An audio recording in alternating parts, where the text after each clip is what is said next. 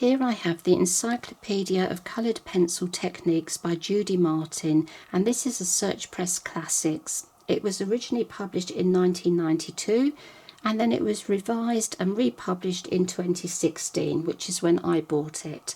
Now, I always think when you are first learning about a new subject or a technique, it's great to have a general reference book.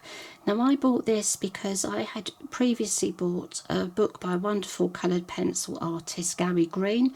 His work is absolutely stunning, and I started to realise I didn't really make much use out of my coloured pencils. They were just for rough sketches and doodling, and I suddenly realised you can create all this wonderful artwork, and I wanted to have a go. So I bought this book, and it has 176 pages, and what I really like is it has a lot of examples of artwork by different artists, so you can see different styles and techniques.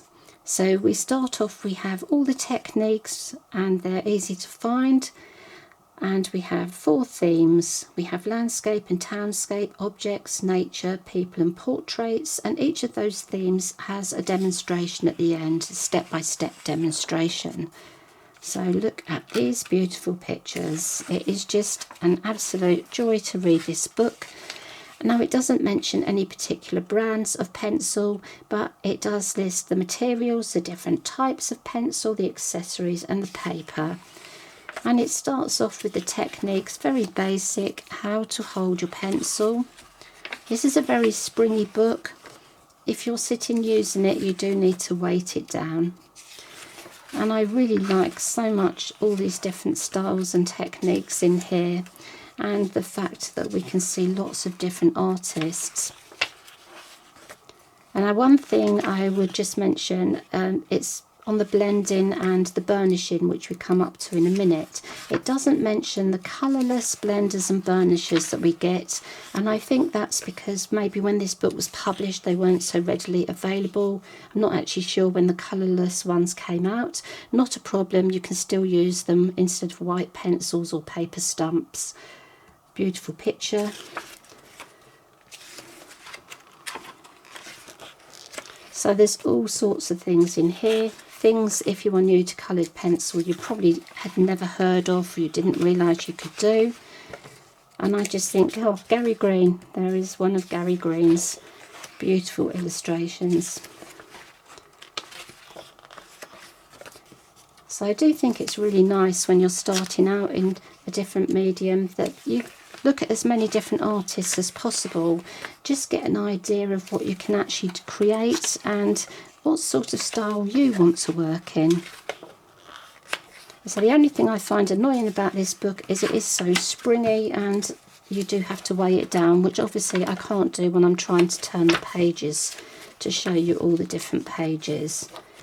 So I will just do my best here, and there's a lot of pages, 176. So I'm going to try and go through quite quickly. Then we move on to the themes. I think the themes are really useful, that they're actually split into 4 themes. So you've got something for everyone here. Now, once you get over halfway, the book does actually stay flat on its own. It's just the first part. Now, there's only one thing I mentioned with these step-by-step instructions. My vision, as you've probably heard me mention, is not brilliant. I can barely see the lines on these ones.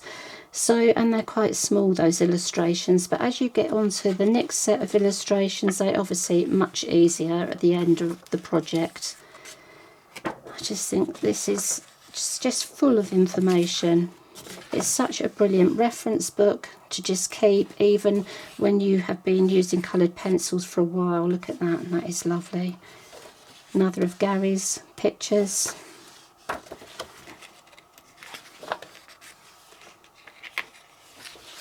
So I think we're coming up to my favourite section. There's another demonstration. Again, first picture is very, very faint.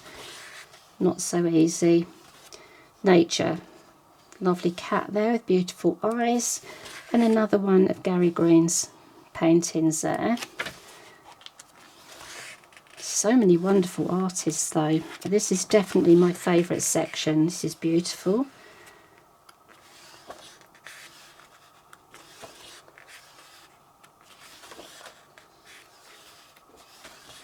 Look at these, so wonderful.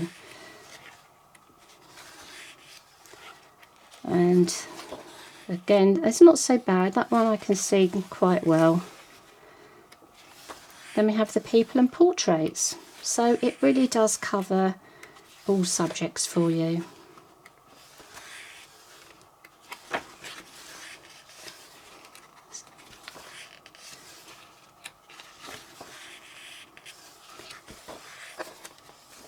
And the last demonstration. Then we have the index and we have the gallery. So the credits, not the gallery, the credits. So you can look up all of the artists who have featured in the book and find out more about them. So I do think, although this is an older book, it is still very, very useful.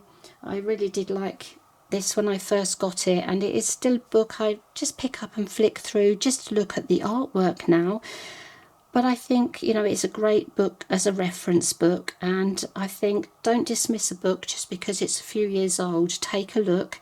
And this book is readily available at Search Press and many other bookshops. So if you're looking for a basic techniques book in coloured pencil, I think this would be a great start for you. And then it will give you lots of examples of different artists. And then you can go further and get another book on a more specialised subject if you wish at a later date.